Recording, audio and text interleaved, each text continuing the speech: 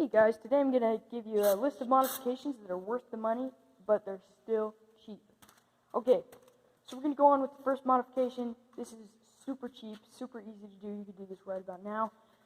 This is a air box that goes on the carburetor. It says NT on it, and as you may know, they come stock with it pointing down. I think that that's really stupid, so point it back up so you won't get exhaust and possible dirt into your air filter and any crap coming off the rear wheel.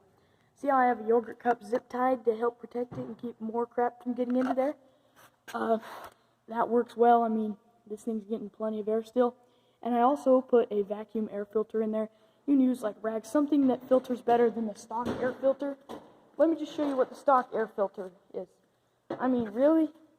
Are you just asking for an air filter? I mean, there are two things that could use an air filter like this. A ship that never comes back to shore and an airplane that never lands. So, nothing. You would not want that. Well, actually, if you wanted to increase your piston to wall clearance, you could use this. Yeah, that's the worst air filter I've ever seen in my life. Well, I mean, it's pretty much just no air filter. What are you doing? Don't put too much, because then I might have to add more oil. How, did you put just like a tablespoon? Well, yeah, he's just putting some fuel stabilizer in there. I've ridden this thing almost 300 miles. I just did a 250-mile update. When I get it to 300, I might do one. And I'll definitely do one for 500 miles, but this thing's been holding up great. No problems so far. Oh, and if you ask what that gorilla tape is there for, I was really mad about, there's a thing with casting that got messed up in there, and there's like a little gap about that big that was letting in stuff. So, well, before it could let in anything, I put this on there. Because this thing has been off-roaded about 75 miles. Alright, we'll get back to the mods. So see that right there? Try out doing that yogurt cup and try out getting a good air filter. If you get an air filter that's like a HEPA filter that's filtering 0.3 microns, I think that's going to be too much and you're going to restrict your airflow and it's probably not going to want to run. This right here came off of Mud Puppies. That's a funny name brand, but I just cut that out of a tin, zip tied it to the frame, now it's protecting my carburetor. See, I didn't have this on there before, and see how my carburetor's dirty and messy? So yeah, we put some carburetor cleaner on there too.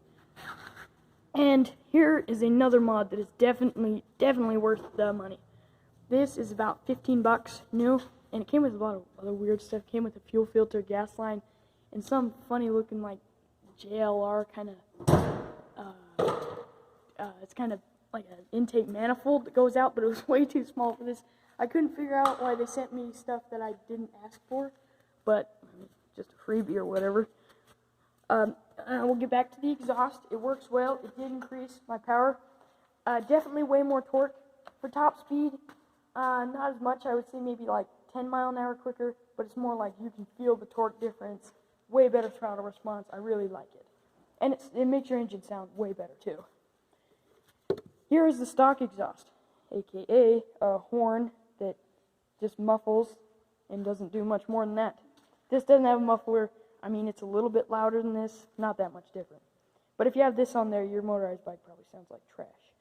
And mine did, so yours probably does too. Yeah, it just has that stupid header with that and a muffler thing. People have all kinds of myths, like take off your tip and whatever.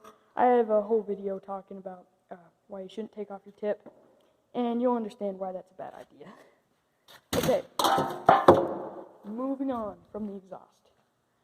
Now that we've got that new exhaust on there, you're getting more power. Now, a very important thing, I should have mentioned this earlier, a spark plug.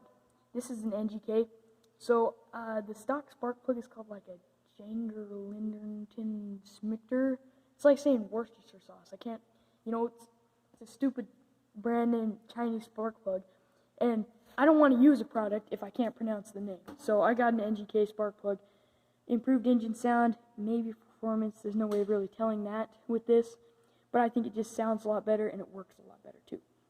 So I think it's worth it. This cost me, what does that receipt say? I'm trying to remember. I think maybe $2 or $3, somewhere around there. So it's still, I mean, that's expensive for a spark plug. I mean, it's just a spark plug, but I mean, I'd spend $3 to make my engine sound better. So I didn't have Loctite, so I used pipe thread sealant and like ABS weld crap on these. Now these are never going to come loose. That looks like a pretty messy job. I know what you mean. I put that on everything, and now these stupid sprocket bolts are not going to come undone unless somebody actually takes a wrench to them. Alright, there, yeah, see that? It's got a good amount of pipe threads still on there. Those aren't going to come loose. I think it's going to be definitely better than Loctite and way cheaper than Loctite too. What is it, you want to show them Weed Eater? No, I didn't want to show that. Hurry up and be done. Yeah, he doesn't like it when the videos take too long. Oh yeah, if you put wheels on, definitely before you put on the engine, true up your wheels, make them be nice and straight. I did that with my front wheel. My rear wheel was fine when I checked it. Subscribe.